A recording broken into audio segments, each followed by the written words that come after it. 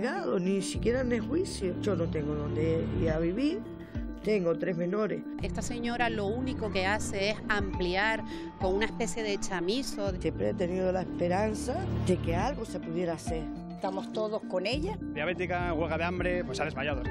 Se ha derrumbado y va al hospital y la jueza parece que se ha ido de vacaciones.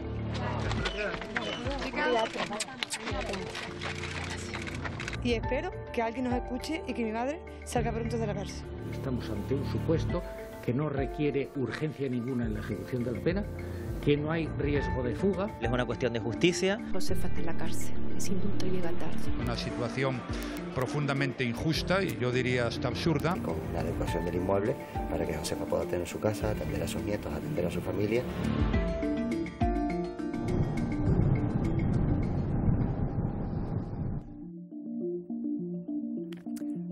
Hola, buenas noches. Injusticia es una de las palabras que más se repiten a la hora de calificar la situación de Josefa Hernández, la mujer que ha ido a la cárcel por construir su casa en terreno protegido. Una cárcel donde probablemente seguiría de no haber logrado hacer público su caso. Pero esa injusticia no surge de un error administrativo o judicial, sino de la aplicación estricta de la ley y de la decisión de un juez. Y ahí surgen las dudas que justifican, en nuestra opinión, un análisis especial de esta noticia. ¿Por qué Josefa Hernández fue a la cárcel si todos reconocen hoy que no debía hacerlo? ¿Tenía el juez la opción de evitar ese trago a una mujer de avanzada edad con nula peligrosidad social? ¿O es que Josefa fue a la cárcel por no tener medios para defenderse? Esto nos llevaría a otra cuestión. Hay una justicia para pobres y otra para ricos. ¿Y los servicios sociales? ¿Podían haber gestionado antes la vivienda alternativa de Josefa ante la situación a la que se veía abocada? No queremos caer esta noche en la demagogia. Conscientemente o no, Josefa se saltó la ley que protege el suelo rural, el espacio de todos. Y mal haríamos si dejásemos que cada uno construyese donde le viniese en gana sin respeto a las normas. Pero a veces da la sensación de que a algunos se permite lo que a otros no, lo que a otros en definitiva les cuesta la cárcel. Analicemos los datos, escuchemos a los expertos esta noche y los protagonistas de esta historia y formemos una opinión fundada sobre este asunto. Vamos a comenzar recopilando datos. Para conocer el inicio de esta historia nos tenemos que remontar a 1992, cuando Josefa Hernández retorna a su isla después de residir fuera la mayor parte de su vida. Ha trabajado duro para sacar adelante a sus 7 hijos y no tiene dinero, pero sí un terreno que le dejaron sus padres. Un pedazo de tierra donde se levantan unos cimientos. Es ahí donde decide construir su casa, una casa que la llevaría a la cárcel 23 años después. Después de 23 años fuera de su isla, Josefa regresa a Fuerteventura sin más medios que los justos para alimentar a sus hijos y posteriormente a los nietos a su cargo.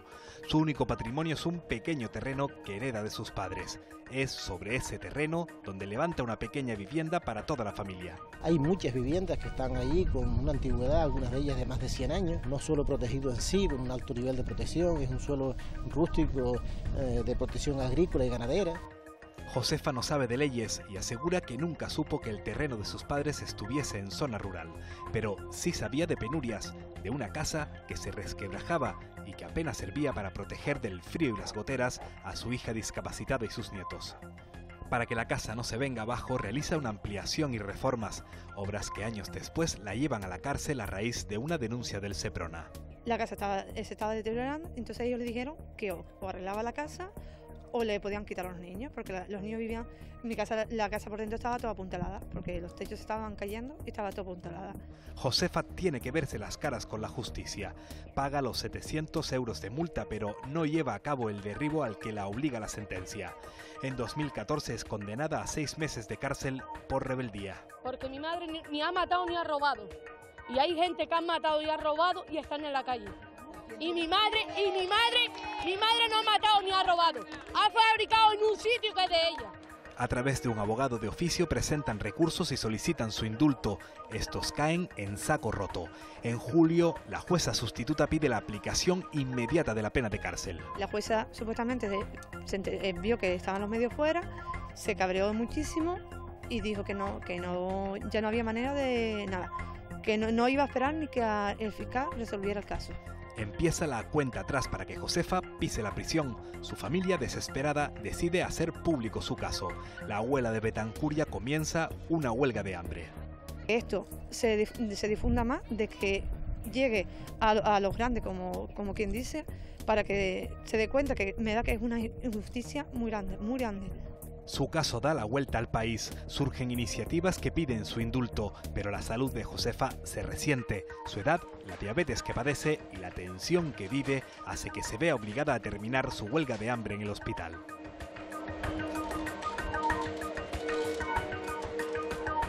Finalmente, el lunes 24 de agosto se cumple el dictamen de la jueza y Josefa entra en prisión. Poner en evidencia lo que consideramos una tremenda injusticia, que pues meter en prisión a una persona sencillamente por ser pobre. Yo creo que es el típico ejemplo de que todos lo sabíamos y está sucediendo. O sea, si no paramos, va a acabar una desgracia.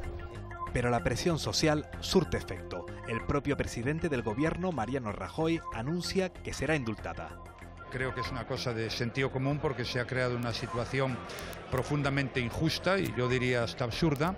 El gobierno de Canarias ofrece de manera temporal una vivienda a la familia hasta que se resuelva el caso. Para que Josefa pueda tener su casa, atender a sus nietos, atender a su familia, que lo tenga prescrito urbanísticamente y con lo cual pueda gozar de todos los derechos legales y que además, pues de alguna manera, esto tenga un final lo más feliz posible. Después de 3 noches durmiendo en la cárcel de Taiche, llega la esperada noticia. Un auto de la Audiencia Provincial de Las Palmas revoca la decisión de la jueza de Puerto del Rosario. Josefa vuelve a ser libre.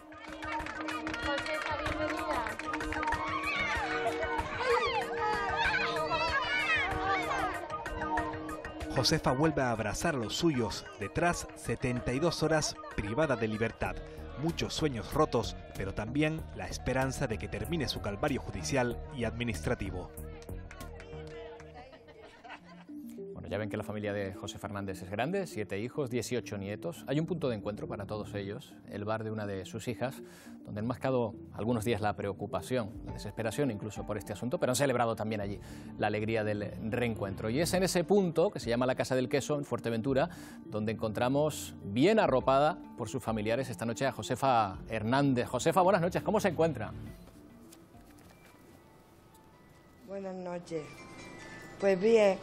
Bueno, decimos que está arropada por los suyos, está acompañada por la familia, ¿verdad? Sí, por parte de la familia. ¿Ha tenido tiempo para descansar, Josefa, en estos días? Bueno, a ver, he descansado relativamente porque estoy bien, pero preocupada, pero bien.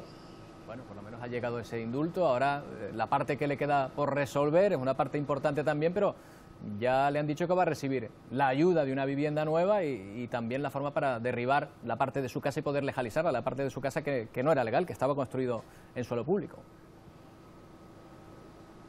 Sí, gracias a Dios he tenido suerte de que el presidente del Cabildo de aquí de Fuerteventura y mi alcalde, pues me han conseguido una vivienda donde yo pueda estar con mis nietos mientras que se resuelva el problema. Josefa, tiene 7 hijos. Sacar adelante 7 hijos me imagino que no sería fácil. Usted lo hizo fuera de Fuerteventura. ¿Cómo se ganaba la vida? ¿Cómo se ha ganado la vida hasta ahora para sacar adelante a toda esta familia? Pues mira, cuando vivía en Las Palmas, pues plantando tomate, como la mayoría de los canarios. Y luego en la hostelería, y luego aquí en Fuerteventura, pues empecé también plantando tomate, luego en la hostelería, y luego mi ayuntamiento, pues a veces he tenido la oportunidad de trabajar algunos meses con el ayuntamiento, porque ya a mi edad, pues nadie me da trabajo, pero y otras, pues con la ayuda de mis hijas, y también me he dedicado un poco también, que como soy un poco artesana, pues me busco la vida un poco haciendo pan, dulce artesano, para que a mis nietos no les falte la comida, y esa es mi vida. Josefa, una de las razones que se han escuchado, que se han aducido para la decisión que usted tomó en un momento dado de ampliar su casa, aunque fuese en un terreno donde estaba prohibido, es que tenía miedo de que le quitasen la custodia de sus nietos. ¿Alguien le dijo en algún momento que se la podían quitar? Sí, claro. Es que a mí los servicios sociales, viendo la casa como estaba, me dijeron, Fefa, los niños no pueden estar viviendo aquí. Esto Esto es enfermedades para los menores y esto hay que solucionarlo. Entonces, claro, ¿qué hace cualquier abuela o cualquier madre de España entera? Proteger a los suyos, ¿no? Y yo sé que realmente estaba fuera de la ley, porque yo en ningún momento lo he negado. Pero claro, te ponen dos opciones, o arregla tu casa o te quita a los niños. Hombre, yo no voy a permitir que me quiten los niños, por supuesto. ¿Recibió Josefa la ayuda de alguna institución para construir, ampliar esa parte de la casa que hoy está en cuestión? ¿Le ayudó alguna institución? Sí, por medio de los servicios sociales, pues todo el mundo arrimó un poco el hombro y me ayudaron a ponerle el techo en condiciones, y la verdad que siempre estaré agradecido al presidente del Cabildo que salió, que me ayudó bastante, a mi alcalde y ahora al presidente que está ahora mismo. Josefa, cuando usted recibe ya la notificación, que evidentemente usted sabe que lo que está haciendo va contra la ley, pero llega un momento en que sabe que también por eso va a ir a la cárcel. Lo que ocurre es que se encuentra usted un poco entre la espada y la pared. ¿A quién acude cuando se da cuenta de que por un lado no puede derribar la casa porque le cuesta un dinero y porque se queda sin vivienda, y por otro lado le amenazan con ir a la cárcel? ¿A quién acude en primer lugar? No, yo creo que ese fue uno de mis fallos, que yo no acudí a nadie, porque yo pensaba que esto no iba a llegar a nada, porque es la única vivienda que tengo. Y como esto estaba parado desde el 2012, pues, o sea, y yo estaba en manos de un abogado que había puesto un indulto, pedido un indulto por la vivienda, porque es mi única vivienda y no tengo medios económicos ni para alquilar otra vivienda, ni tampoco para tirarla, ¿entiendes? Yo pienso que a mí se me declaró en reverdía por eso, porque no tiré la vivienda. Pero es que la situación económica que yo tengo no es reverdía, es que yo no tengo medios. Pero a través de su abogado, tirarlo. Josefa, ¿usted se lo explicó al juez esta situación, que quería derribar la casa pero que no podía? ¿Fue a los servicios sociales a explicarles que si no le daban una casa para poder derribar la suya la metían en la cárcel? Yo eso lo argumenté en el juicio, en el 2012, que yo no tenía medios y que si a mí me daban otra vivienda donde viví, pues sí, yo tiraba la casa. Pero es que a mí no, es decir, yo lo argumenté y ahora de último a mí no se me ha dado la oportunidad de tener otro segundo juicio, ni de hablar con la jueza, nada, es que yo, el último abogado que he tenido ha sido el que se ha preocupado un poco por el tema y ha sido el que me ha echado una mano, porque el primer abogado lo conocí el mismo día que entré a juicio. Y a mí no se me preguntó nada, o sea, que estaba un poco perdida, porque yo de leyes no entiendo. Claro, Josefa, han sido 72 horas las que estuvo usted en la cárcel. Voy a preguntarle por esta experiencia, porque aunque solo fuesen estas 72 horas, la situación debió ser cuanto menos angustiosa. Incluso en la prisión de Taiche, en todo caso, en Lanzarote, Josefa pudo sentir el apoyo popular. Taiche, aquí se encuentra el centro penitenciario de Lanzarote. En una celda como esta, Josefa pasó 3 noches. El primer día es duro, el primer día cuando entras ahí es duro porque tú desconoces con quién te vas a encontrar, cómo te van a tratar. Ingresó en el módulo de mujeres, en una de las 14 celdas habilitadas para las reclusas, 10 metros cuadrados que cuentan con una cama litera para 2 internas, mesa y estantería de hormigón, un plato para la ducha, inodoro, lavamanos y una televisión. Cuando se cerró la puerta por primera vez de la celda, como tengo claustrofobia, pues yo me quedé así. Tras pasar por esta puerta, la que te lleva de entrada a la prisión, te toman las huellas. Tú tienes que entregar los papeles que llevas con el delito que has cometido. Hay que cumplir un estricto protocolo. Tras los muros de la cárcel, los funcionarios realizan hasta 4 recuentos de presos.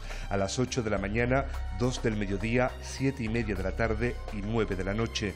no tienes tu libertad, no puedes ir a donde quieras, tienes unas normas, tienes que cumplir. El desayuno se sirve a las 9 menos cuarto. El almuerzo, con 4 menús distintos, se reparte a partir de la 1 de la tarde y la última comida del día, la cena, se sirve cuando el reloj marca las 8 menos cuarto de la noche. Las celdas se cierran a las 8 y cuarto. En Daiche cumplen condena alrededor de 500 internos. De ellos, 22 son mujeres.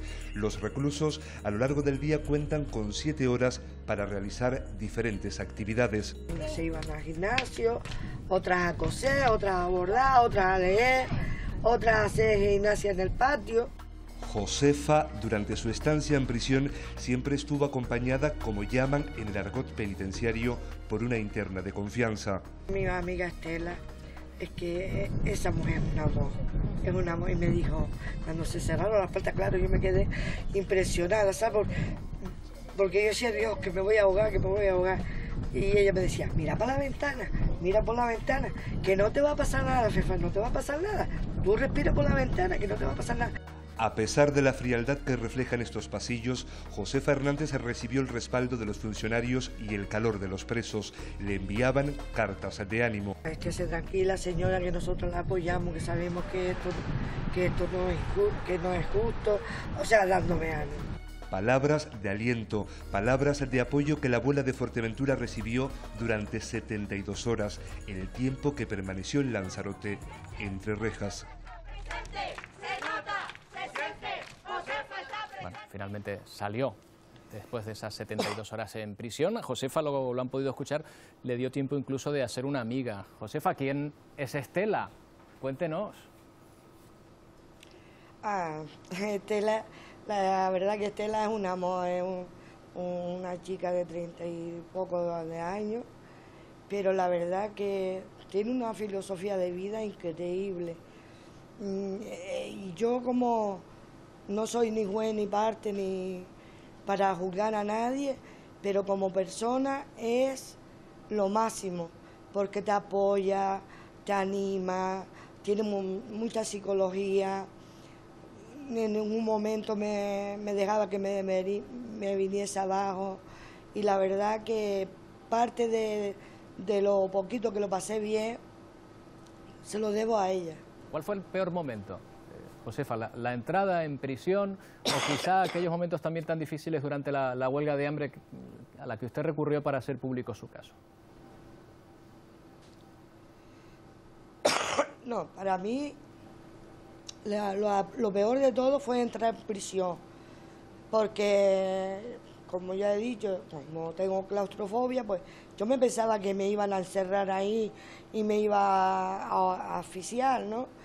Y sobre todo el dejar a mis nietos atrás, eso para mí todavía me quedo mirando para los niños y digo yo, si yo hubiese estado allí los 6 meses, no sé si lo hubiese superado, pero Josefa, yo soy muy positiva y soy muy... Tiene usted también una familia grande. ¿No pudieron echarle una mano ninguno de sus hijos? ¿Mantiene el contacto con todos ellos?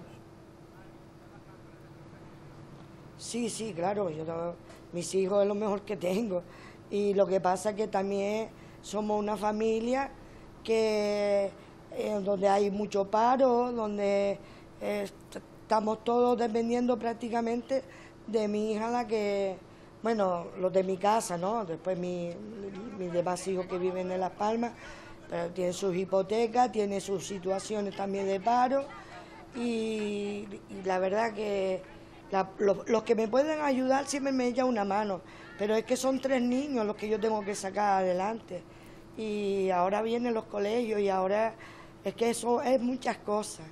Josefa, después de lo que ha pasado, después de lo que ha sufrido, si volviese a verse en la misma tesitura, ¿volvería a hacer lo mismo que hizo en su momento o lo haría de otra forma? ¿Qué ha aprendido de este caso, de esta situación que ha sufrido? Mira, yo pienso, sinceramente, que lo haría de otra manera. Buscaría otra manera de hacer las cosas. Pero por ponerle un techo a mis nietos, me juego mi vida, fíjate. Josefa, Dentro de un momento volveremos a ese lugar donde se encuentra, conoceremos a su familia y veremos el estado de ánimo en que se encuentran una vez que parece que se ha resuelto este asunto. Gracias por atendernos, Josefa. Muchas gracias. Buenas noches. Otra protagonista de esta casa, sin duda, es la casa de Josefa Hernández y su familia. El Parque Natural donde se encuentra la casa ocupa una importante franja en el oeste de Fuerteventura, engloba a 5 municipios. En el de Betancuria se encuentra la edificación que hizo Josefa sobre el suelo heredado de su familia. La mayor parte de la vivienda la construyó hace años y en caso de existir infracción esta parte habría prescrito. La denuncia que la llevó a la cárcel tiene como motivo una ampliación que hizo para dar cobijo a 3 de sus nietos, de los que se tuvo que hacer cargo y de quienes tiene la tutoría legal. En total, la ampliación prácticamente duplica con creces la superficie de la edificación original. Hasta que se resuelva el caso, el Gobierno de Canarias ha ofrecido una vivienda a la familia de manera temporal. Ya ven que todo este calvario de Josefa surge a raíz de esa casa de Betancuria. Josefa vivía en Gran Canaria, decide volver a Fuerteventura, donde piensa construir en un terreno que heredó de sus padres. Nuestro compañero Óscar Herrera ha estado precisamente en esa vivienda para conocer in situ lo que va a pasar con esa casa donde viven 6 personas. Entre montañas, en el área protegida de Betancuria, amparada por el paisaje árido de Fuerteventura, surge la casa de Josefa. ¿Qué tal? ¿Cómo está? ¿Bien? En esta vivienda que comenzó a construir hace 15 años vive Josefa con sus 2 hijos y 3 nietos menores. La parte central son unos 70 metros cuadrados coronados con planchas y detrás la parte ampliada, la que la sentencia obliga a derribar. Estas planchas pertenecen a la parte antigua de la casa de Josefa Hernández. Esta parte es la que se va a quedar en pie y a partir de esta puerta son unos 70-80 metros cuadrados, 3 habitaciones y un baño que Josefa Hernández tiene 6 meses para derribar. Como vemos, ya son techos de hormigón, techos como los de una casa cualquiera. Esta ampliación la realizó Josefa para poder albergar en su interior a los nietos a su cargo. Se deberán reforzar los frágiles cimientos de la casa y cuando concluya la demolición, los técnicos valorarán si lo que queda en pie reúne las condiciones mínimas de habitabilidad. Mientras tanto, Josefa se trasladará con su familia a una vivienda oficial que le cede temporalmente el gobierno en Puerto del Rosario. Bueno, parece que esta situación se va a resolver. Muy atentos a lo que ocurría con esta familia. Han estado en el Cabildo de Fuerteventura, cuyo presidente Marcial Morales nos acompaña también esta noche. Señor Morales, ¿qué tal? Buenas noches. Hola, buenas noches. Bueno, ¿cuándo se entera usted? ¿Cuándo conoce usted el caso de esta mujer y la gravedad de la situación a la que se enfrenta?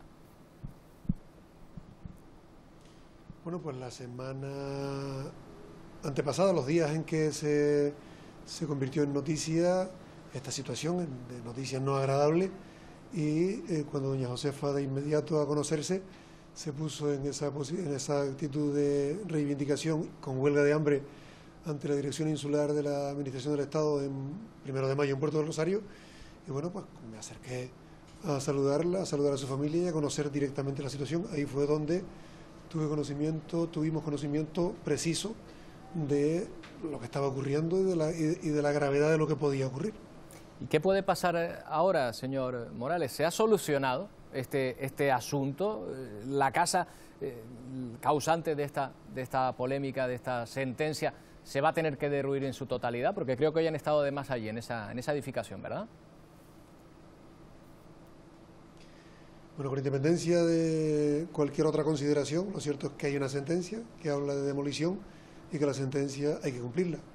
Esta es una obligación que tiene doña Josefa Hernández y a petición del Ayuntamiento de Betancuria, ante la falta de recursos de ella y de su familia y también ante la falta de recursos por lo pequeño que es el Ayuntamiento, se nos ha pedido una colaboración al Cabildo que ya estamos prestando, y lo que estamos haciendo pues es que técnicos del área de obras de infraestructura de la institución insular están entrando en los detalles tanto de la sentencia como de la construcción objeto de toda esta noticia, y en unos días, en cuanto ellos tengan un informe riguroso, completo, nos dirán en primer lugar en qué términos exactos procede dar cumplimiento a la sentencia, y eso dará lugar de inmediato a lo que sería el proyecto de demolición, que contemplará una primera parte, nos apuntan, y parece que por ahí irán las cosas. Una primera parte de reforzamiento de aquella parte que se ha de quedar en pie, que paradójicamente parece que es la más débil de la estructura de la vivienda, para poder demoler con garantías la que sí, según la sentencia, hay que demoler. En cualquier caso, son detalles de carácter más técnico que en este momento están valorando y trabajando, y cuando concluyan ese trabajo, pues ya sabremos. O sea, hoy no han podido tener una consideración directa sobre este aspecto. No han podido obtener hoy los datos sobre esta situación, ¿no? Todavía. No, están trabajando, y este es un tema en el que hay que ser muy rigurosos, muy precisos, y hay que esperar a que los técnicos tengan un informe que ellos consideren definitivo, y por tanto a eso nos atendremos, porque al final esta es una cuestión técnica, en cuanto que ahora es la traducción en términos técnicos de una sentencia, y ahí pues hay que afinar hasta el más mínimo detalle. Nos ha llamado la atención, señor Morales, no sé si usted lo sabía, estaba al tanto de ello, lo que nos ha dicho Josefa, que el propio Cabildo le ayudó a construir la parte de la vivienda que estaba en zona ilegal. ¿Usted conocía esto? ¿Esto es una práctica habitual? En su día, en otro momento, yo no estaba en ese momento en el Cabildo, por lo tanto conozco solo las referencias, pero en todo caso sé que el Ayuntamiento de Betancuria y el Cabildo de Fuerteventura, ante su carencia de recursos, y como se hace en otras situaciones con informes sociales correspondientes, pues le echaron una mano para mejorar las condiciones de habitabilidad de la vivienda, pues como se hace en muchas otras situaciones, seguramente no con seguridad, no entrando en ninguna consideración respecto a la legalidad o no, sino a la necesidad social que tenía una familia que necesitaba tener una vivienda en condiciones dignas, sobre todo cuando hay menores por medio. Por tanto, es una medida de carácter social adoptada por las instituciones en su momento, que creo que está pues separada de lo que ahora nos puede estar ocupando en relación con la legalidad o no, y de la sentencia que declara la parte que considera no legal y que por tanto ha de demolerse. Una última cuestión, señor Morales. ¿Usted cree, le he oído, que esta decisión final es injusta, es profundamente injusta? No es el único, pero ¿por qué? ¿Dónde cree que está el error? ¿Cree que es injusta por una interpretación judicial? ¿Cree que la norma no se adecua a la situación de estas personas? ¿Cuál es su opinión? He dicho que considero que es injusta después de haber hablado con personas que saben de este asunto, con personas que están en el ámbito judicial, pues sencillamente porque no se da ninguno de los requisitos que tenían que darse para que doña Josefa ingresara como ingresó en prisión. Independientemente de la situación de la vivienda, no se daba ninguno de los requisitos, y con independencia de lo que ocurriera con la vivienda, esto lo hemos dejado siempre muy claro, parecía absolutamente desproporcionada una medida que por una infracción, pero que no había ningún riesgo ni de fuga, no había desarraigo, hay un domicilio conocido. Doña Josefa pagó, a pesar de sus escasos recursos, la sanción que se le impuso, no tiene antecedentes penales, estamos hablando de una pena de máximo 6 meses, por tanto muy por debajo de los 2 años. Eso es lo que, como decía el propio presidente del Gobierno del Estado, suena muy claramente a injusto y hasta absurdo.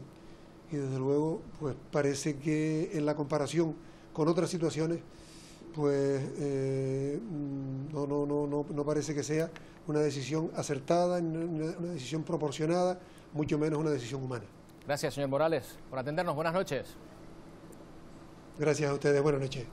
Bueno, pues sí, como escuchan, parece que hay unanimidad, por lo menos en las muchas personas con las que hemos ido hablando en todos estos días, en que la situación, al final, el resultado es injusto. Nos preguntamos por qué Josefa acabó en prisión cuando había tantas opciones, aparentemente, para que esta mujer no pisara la cárcel. Asuntos de tanto calado pueden dar la sensación de que la justicia se administra en función del juez que nos toque, o lo que es peor, que las decisiones judiciales no son iguales para todos. Sensaciones que nos gustaría desmontar esta noche, sinceramente, con datos y con la opinión de nuestros invitados en este plató. Victoria Rosell, que es portavoz de Jueces para la Democracia, y Salvador Alba, magistrado de la Audiencia Provincial de Las Palmas. ¿Qué tal? Buenas noches a los dos. Hola, muy buenas noches. Buenas noches. ¿Están de acuerdo en que este resultado es injusto? Victoria. La sentencia, no. El resultado. La sentencia es justa y creo que todos estaríamos de acuerdo en que hay que defender la ordenación del territorio y el medio ambiente sostenible. Y es verdad que en este caso no hay una víctima que poner enfrente de Josefa, porque el bien jurídico nos afecta a todos. Es un bien jurídico difuso que no tiene una protagonista. Sí creo que se podía evitar, y se ha evitado en medio ha habido 72 horas evitables, el ingreso en prisión.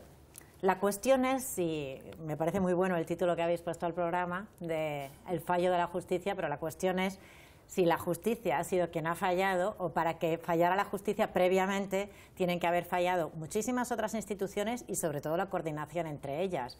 Y creo que ahí a la gente que no es tonta no se le escapará que cuando todo el mundo se pone de acuerdo en mirar a la justicia, a lo mejor están desplazando el foco de sus propias responsabilidades hacia el último que actúa, que es el juez o la juez en este caso. ¿Se podría haber tomado otra decisión, señor Alba? Por parte de los jueces. Claro, ¿Tiene las sí. manos atadas el juez y dice, bueno, es que la ley me obliga a hacerlo de esta manera? El juez no, para nada tiene las manos atadas, si no, no serían necesarios los jueces. Si fuera tan sencillo como aplicar el ordenamiento jurídico, yo creo que cualquier ordenador podría aplicar con un simple programa una norma penal. El juez está para interpretar la norma y además hacerlo desde un prisma importante, que es el prisma de la equidad, ¿no? Entonces, tratar de aplicar y de interpretar la norma de manera que no se produzca un resultado injusto o un resultado poco equitativo con una situación concreta. Por eso, cuando se interpreta la ley, se debe de interpretar de acuerdo con el caso concreto. He escuchado al señor presidente del Cabildo de Fuerteventura decir que bueno, pues que en este caso no es igual que otro. No, es que no hay dos casos iguales, ¿vale? Y el resultado o la decisión que se toma en este caso podría haber sido otra, que ha sido tu pregunta. Pues claro que podría haber sido otra, sin duda alguna. Existen unos criterios de interpretación que se establecen a través de distintas sentencias de las audiencias provinciales y del Tribunal Supremo en orden a la suspensión de la pena, en orden a la suspensión de la pena como consecuencia de la petición de un indulto, etcétera, etcétera. Todos esos criterios están para salvaguardar no solamente el bien jurídico protegido, como decía mi compañera Victoria, sino también a la persona y los derechos fundamentales de la persona. Es decir, en definitiva, aquellos derechos que consagra la Constitución. Y ese prisma es el prisma que se ha de tener a la hora de interpretar la ley. Vamos a decir, un exceso de celo en un momento dado, ¿cree que se puede calificar así? No, tampoco creo que se pueda calificar como exceso de celo, ¿no? Yo creo que bueno, pues la conclusión, el resultado al que llevó esta historia, como fue el ingreso en prisión, ¿está previsto en la ley? Sin duda, claro, está previsto en la ley. Es la consecuencia jurídica de cometer un delito, ingresar en prisión, cumplir una pena. Pero eso no quiere decir que no se pueda interpretar de una manera diferente con esos criterios a los que evidentemente se veía bien informado al señor Marcial Morales, ¿no? Cuando hablaba de peligrosidad, de riesgo de fuga, etcétera, etcétera. Pues son los criterios que se deben tener en cuenta para tomar una decisión de estas características. Es cierto que hemos preguntado y hemos investigado o analizado por lo menos la posibilidad de que José Fernández no fuera a la cárcel. Sus abogados intentaron suspender el ingreso en prisión, o al menos retrasarlo, hasta que tuvieran respuesta de la petición de indulto, que es lo que se suele hacer. La ley española ofrece varias alternativas que se suelen aplicar para casos como este, con un delito leve y pocos meses de pena. Ninguna de estas vías fue aceptada por el juez. El Código Penal español recogía la posibilidad de que Josefa no entrara en prisión. El artículo 80 establece que el juez puede suspender la entrada en la cárcel dependiendo de la peligrosidad del condenado. Para ello tendrá en cuenta la naturaleza y gravedad del delito y las circunstancias personales. En caso de que se trate de una persona enferma, no es necesario otro requisito. Para una señora de esta edad es una cosa que nos parece a todos muy injusta el meter a esta señora en prisión.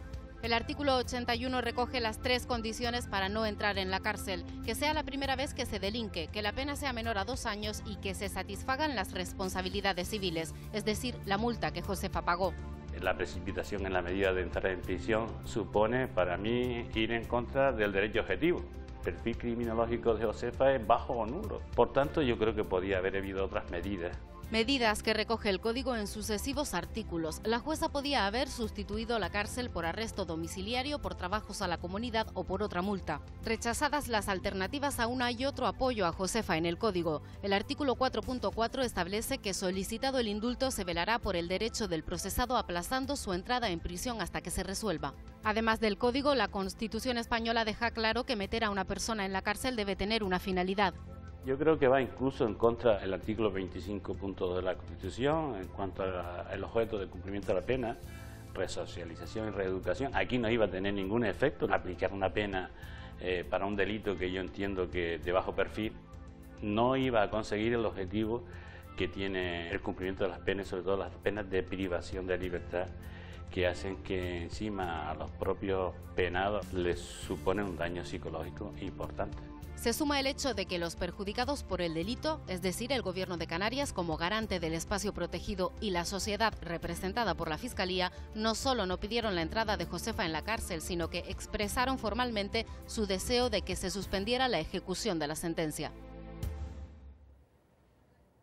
Protagonista también importante en este caso, el Ministerio Fiscal. Vamos a hablar con Guillermo García Panasco, fiscal jefe provincial de Las Palmas. Señor García Panasco, ¿qué tal? Buenas noches.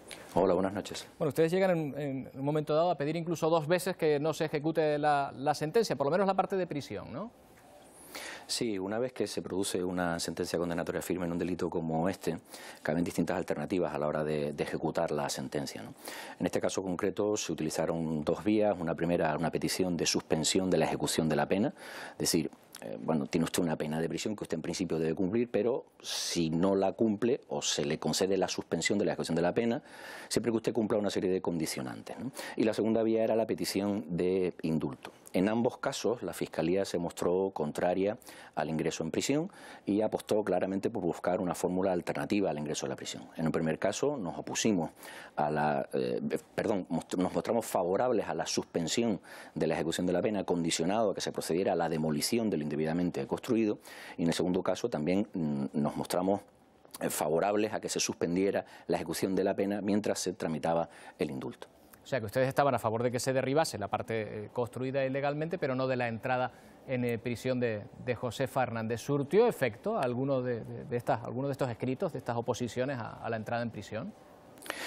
Vamos a ver, yo me remito a lo que figura en el auto de la Audiencia Provincial de Las Palmas del pasado jueves, ¿no?, en donde se acogen prácticamente en su totalidad los argumentos que había expuesto el Ministerio Fiscal en su dictamen de apenas 2 días antes, ¿no?, del pasado día 25 de agosto. La propia Sala plantea que los argumentos de la Fiscalía son prudentes y acertados y de hecho los acoge plenamente. Aparte de eso, nosotros también habíamos adoptado una medida que nos parecía que en aquel momento podía ser también mucho más operativa, que era impugnar, recurrir directamente por nuestra parte la orden de ingreso en prisión de doña Josefa Hernández, que se decretó el viernes día 21 de agosto sin que ni siquiera se hubiera recibido en el juzgado el informe que el propio juzgado pidió a la Fiscalía.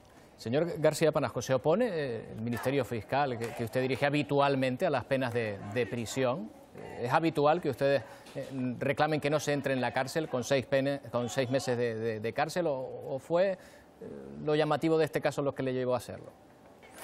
No, vamos a ver, nosotros tenemos una serie de criterios generales y que por supuesto, lógicamente hay que atender a las circunstancias del caso concreto, pero sí le puedo garantizar que en delitos contra la ordenación del territorio la regla general es que en los supuestos como el que nos ocupa, la posición de la Fiscalía es no oponernos a la suspensión de la ejecución de la pena, siempre, eso sí, que se proceda a la demolición de lo indebidamente construido. Nosotros aquí tenemos que poner o hacer especial énfasis en algo que se ha ido deslizando a lo largo del programa y a lo largo de algunas otras intervenciones y que a mí me gustaría pues dejar claro, ¿no? En primer lugar, se ha producido un hecho delictivo de los que causa además, de los que tiene una especial sensibilidad en este territorio.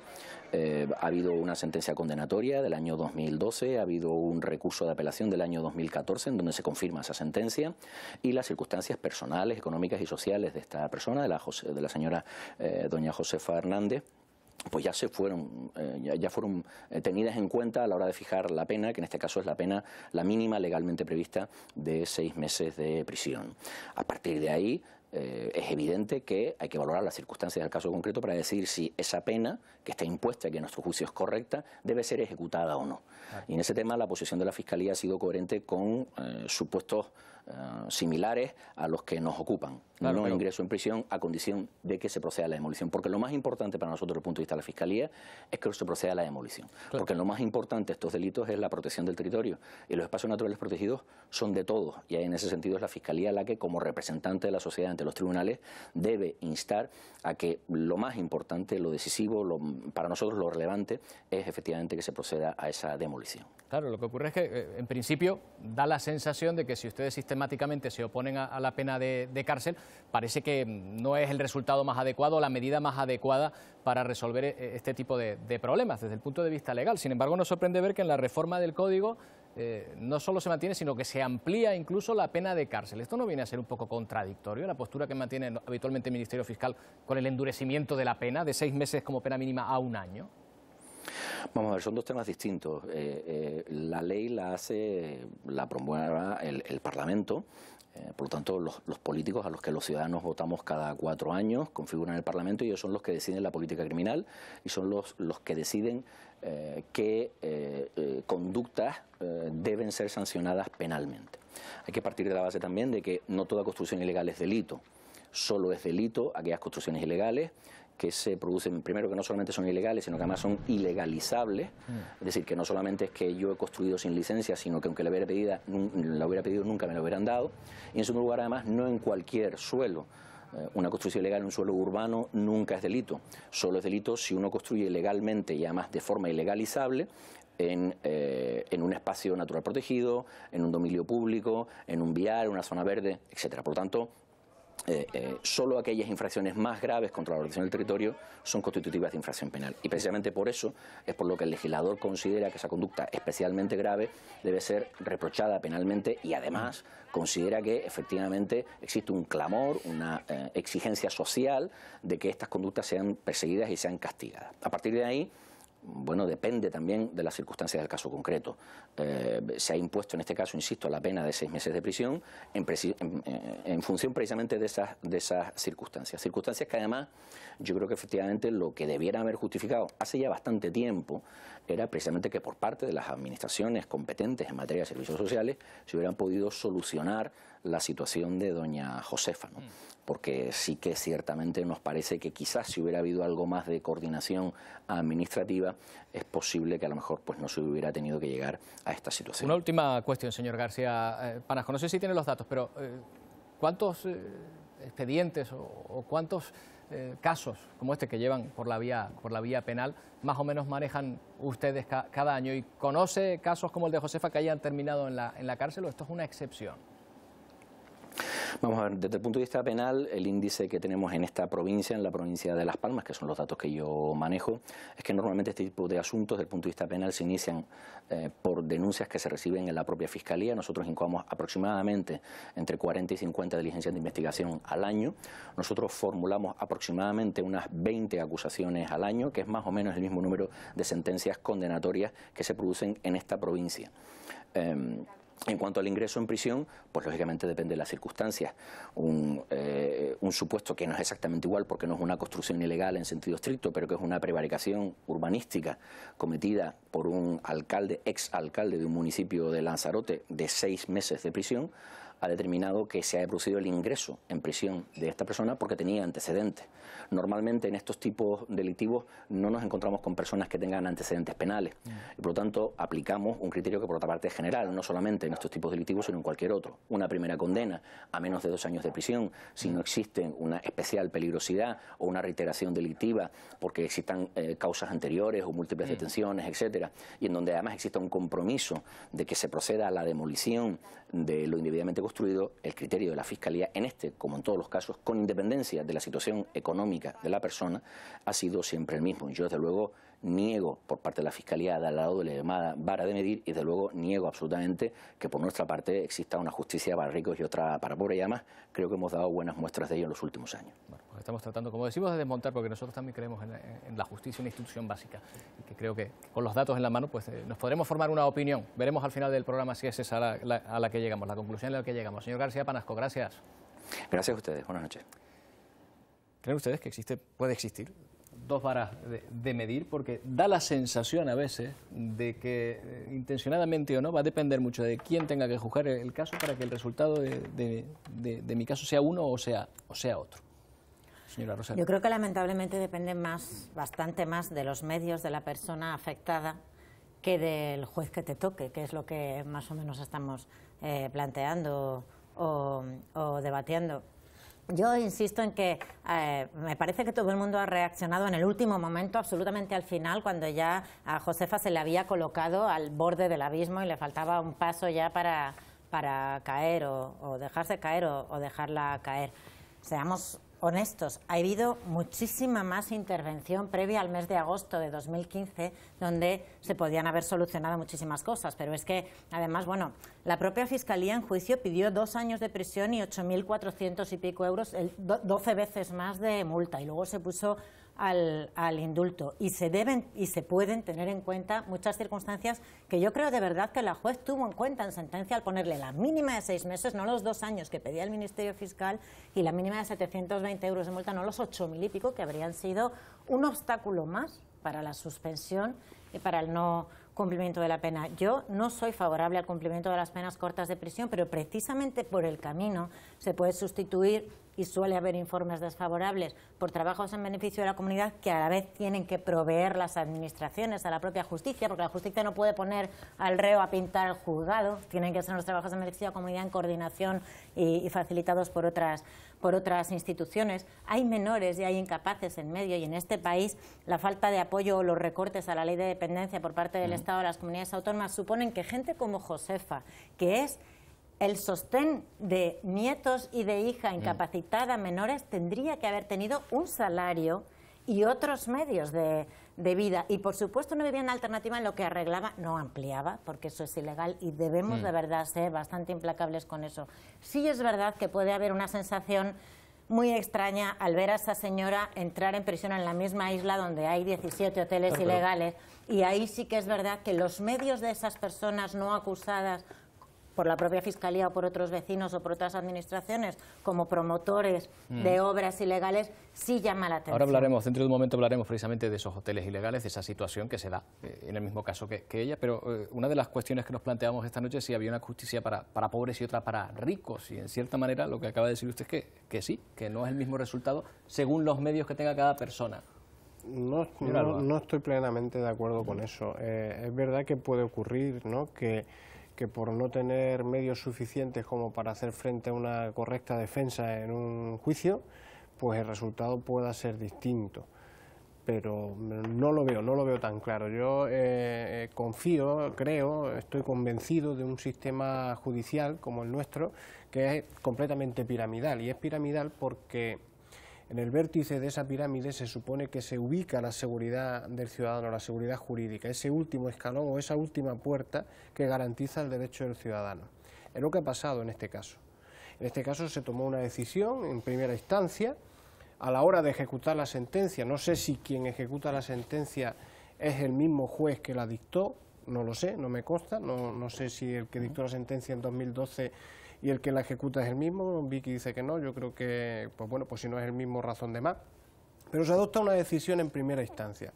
Esa decisión se recurre y es la Audiencia Provincial de Las Palmas la que rectifica esa decisión en primera instancia y pone a Josefa en libertad antes de que el Consejo de Ministros adopte la decisión de conceder el indulto.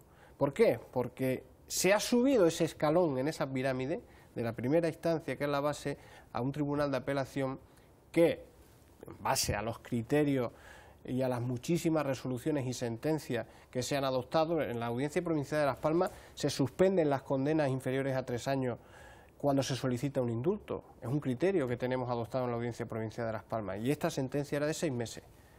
Luego, no existe una razón jurídica acogiéndonos a esa jurisprudencia para no suspender por el indulto. Por tanto, yo sí que desmonto esa creencia del ciudadano precisamente por ese sistema piramidal. Hay que llamar la atención que ese sistema piramidal, después de la audiencia está el Tribunal Supremo, da seguridad al ciudadano y garantiza los derechos. Yo creo que eso es lo que hay que creer. Una última cuestión, se nos va el tiempo, pero a la hora de hablar hemos visto también de esa equiparación de la justicia. Sería injusto echar solo la mirada en este aspecto cuando estamos hablando también de la implicación de los servicios sociales, que tampoco llegaron a tiempo, como hemos visto, para ayudar a esta persona. Pero ha hablado ella de hasta 3 abogados de oficio, a los que se veía abocada porque no tenía otra forma de costearse su defensa. También ha dicho que conoció a uno de sus abogados justo en el momento de entrar en prisión, de entrar a juicio y contar lo que había. debemos entender que no funciona del todo bien, o que la justicia a la que se enfrenta alguien con un abogado de oficio va a tener menos posibilidades de sacar adelante su caso que teniendo otro tipo de defensa. La justicia española es bastante más pública todavía, lo que nos queda de servicios públicos, y bastante más asequible que otras justicias de nuestro entorno, donde hasta las pruebas son privadas. En el caso de Josefa hubo 2 o 3 peritos, he visto yo en la sentencia, y testificaron los servicios sociales y demás sin que ella tuviera que acudir a ese tipo de medios privados. Yo creo que la diferencia de la que se hablaba, por si no se me ha entendido antes, no era que haya discriminación entre casos de señoras o señores similares a los de Josefa y se incumplan los criterios, ¿no? Y realmente no haya un criterio común.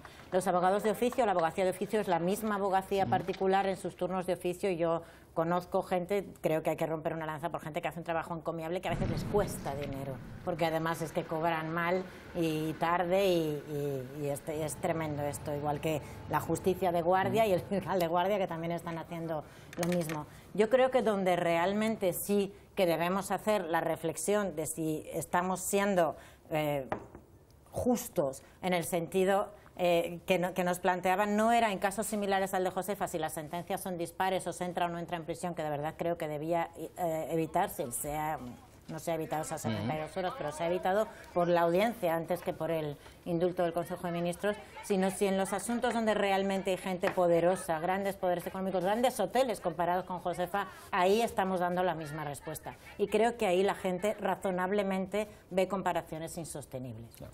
Ustedes entienden que no se está haciendo justo, ¿eh? No me refiero solo a la parte que le corresponde a los jueces, sino en general, con estas comparaciones, se está justificando este dato, el que algunos vean que hay hoteles a los que no se actúa aparentemente. A lo mejor resulta que después sí, que cada procedimiento lleva a su casa, pero aparentemente hay personas, que en este caso débiles socialmente, contra las que sí. Sin duda, si dijera que no, yo creo que estaría mintiendo. Lo vemos todos los días. Lo que sí es cierto es que cada asunto que llega a un juzgado, a través de una denuncia de la Fiscalía o a través de una denuncia del propio Seprona o de la Guardia Civil, pues se tramita y termina en una sentencia absolutoria o condenatoria. Y ahí debían de llegar también esas denuncias por parte de quien corresponda denunciar, que de luego no es a mí me corresponde dictar sentencia, pero tendrían que llegar esas denuncias de los hoteles y de las cosas ilegales y tal que existen en este territorio y no llegan. Pues sin duda, claro que sí. Ahora vamos a hablar de este asunto. Yo les agradezco, especialmente que hayan estado aquí esta noche, porque a veces tenemos la imagen de la justicia como algo hermético y desde luego ustedes contribuyen con aportaciones como esta a que no lo sea. Muchas gracias por habernos acompañado. Buenas noches. Bueno, estaban hablando Salvador Alba y Victoria Rosell del caso de hoteles, que efectivamente vemos que se construyen, que se mantienen y contra los que aparentemente no se hace nada, y vemos el caso de Josefa, que en contradicción pues parece que sufre las consecuencias de la ley. En Canarias se calcula que hay más de 150.000 personas con algún tipo de afección tan solo en la parte litoral. A ellas hay que sumar las construcciones ilegales en parajes naturales. Muchas de ellas han sido derribadas, otras aún esperan resolución judicial. Durante los últimos 4 años se han derribado un total de 1.062 casas que habían sido construidas de forma ilegal. La mayor parte de esos derribos se han llevado a cabo de forma voluntaria. Son datos de la Agencia de Protección del Medio Urbano y Natural. Muchas estaban sobre terreno protegido o invadían suelo público. Algunos de esos inmuebles son viviendas y gran cantidad de ellas se encuentran en territorio cercano al mar. Se calcula que 150.000 personas podrían estar afectadas en todo el litoral. Es lo que ocurrió con Chovito, en Candelaria, hace casi 3 años. Un núcleo costero entero fue derribado a pesar de la fuerte oposición de los vecinos.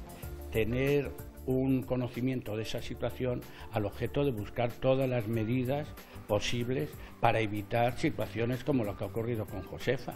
O sea, que tenemos que saber en nuestro territorio quiénes han fabricado dentro de una zona que a lo mejor no podrían hacerlo, al objeto de corregir y ayudarles.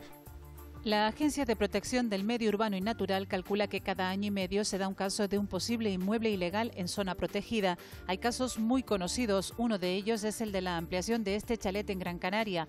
Le costó 3 años de cárcel al empresario Miguel Ángel Ramírez, que cumplió con la multa, llevó a cabo los derribos pertinentes y obtuvo el indulto.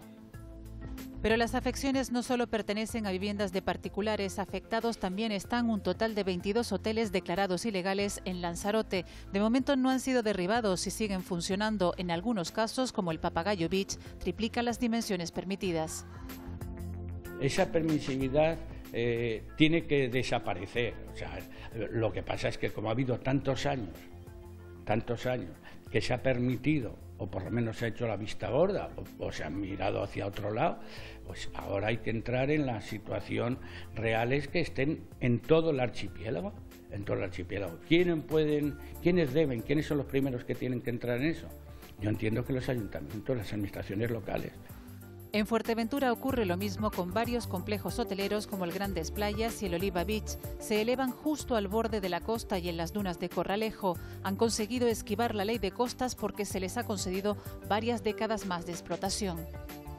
Las afecciones se reparten por todo el archipiélago. Al menos 6 inmuebles en los últimos 4 años han llegado a instancias judiciales. En La Palma, Costas ha anunciado recientemente que 2 de estos 3 kioscos de El Remo en los llanos de Aridane tendrán que ser derribados por ocupar de forma indebida el dominio público terrestre. Ilegal también esta embotelladora de Taguluche en el municipio gomero de Valle Gran Rey. En La Jeria, en Lanzarote, 3 viviendas fueron derribadas en noviembre del año pasado por ocupar parte del paisaje protegido en las cuevas de Montaña Blanca. En esta isla, pendientes también del caso de La Bufona, unos chalets sobre los que pesa una orden de demolición desde hace 2 años y que podrían haber sido construidos sobre parte de un suelo rústico de protección dejable. Algunos constructores han pagado multas millonarias, pero lo cierto es que muy pocos han pisado la cárcel. Buscamos la experiencia de otro experto en asuntos urbanísticos, Antonio Sánchez, es socio de San Telmo Abogados y Economistas. Vamos a ver si existe seguridad jurídica, según su experiencia, sobre lo que ocurre cuando alguien se ve inmerso en una situación como esta, o hasta qué punto depende, señor Sánchez, del juez que les toque. Bueno, yo creo que sí, que existe suficiente seguridad jurídica y que no depende, o por lo menos no debería depender del juez que le toque, ¿no?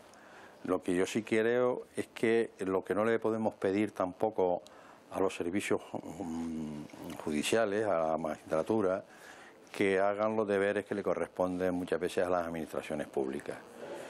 Es decir, la intervención de los juzgados de instrucción y después de los juzgados de lo penal a los efectos de imponer las sanciones por delitos contra la ordenación del territorio se nos presenta como algo que falla en la propia administración pública.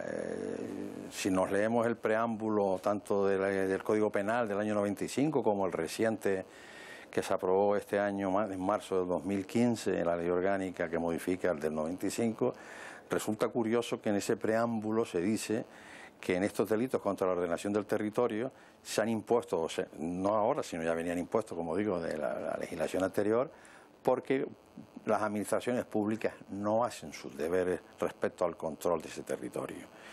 Y le estamos pidiendo entonces a los órganos jurisdiccionales de lo penal que lo hagan. O sea, que yo en su opinión las administraciones permiten que se construya donde no se debe. Es que resulta paradójico, porque lo acabo de leer e incluso las propias declaraciones del señor presidente del Cabildo de Fuerteventura, aunque él decía que no estaba en el anterior mandato, de que doña Josefa, que evidentemente toda la protección del mundo que había que darle, pues se la ha dado la propia administración del Cabildo Insular de Fuerteventura y del Ayuntamiento de Betancuria.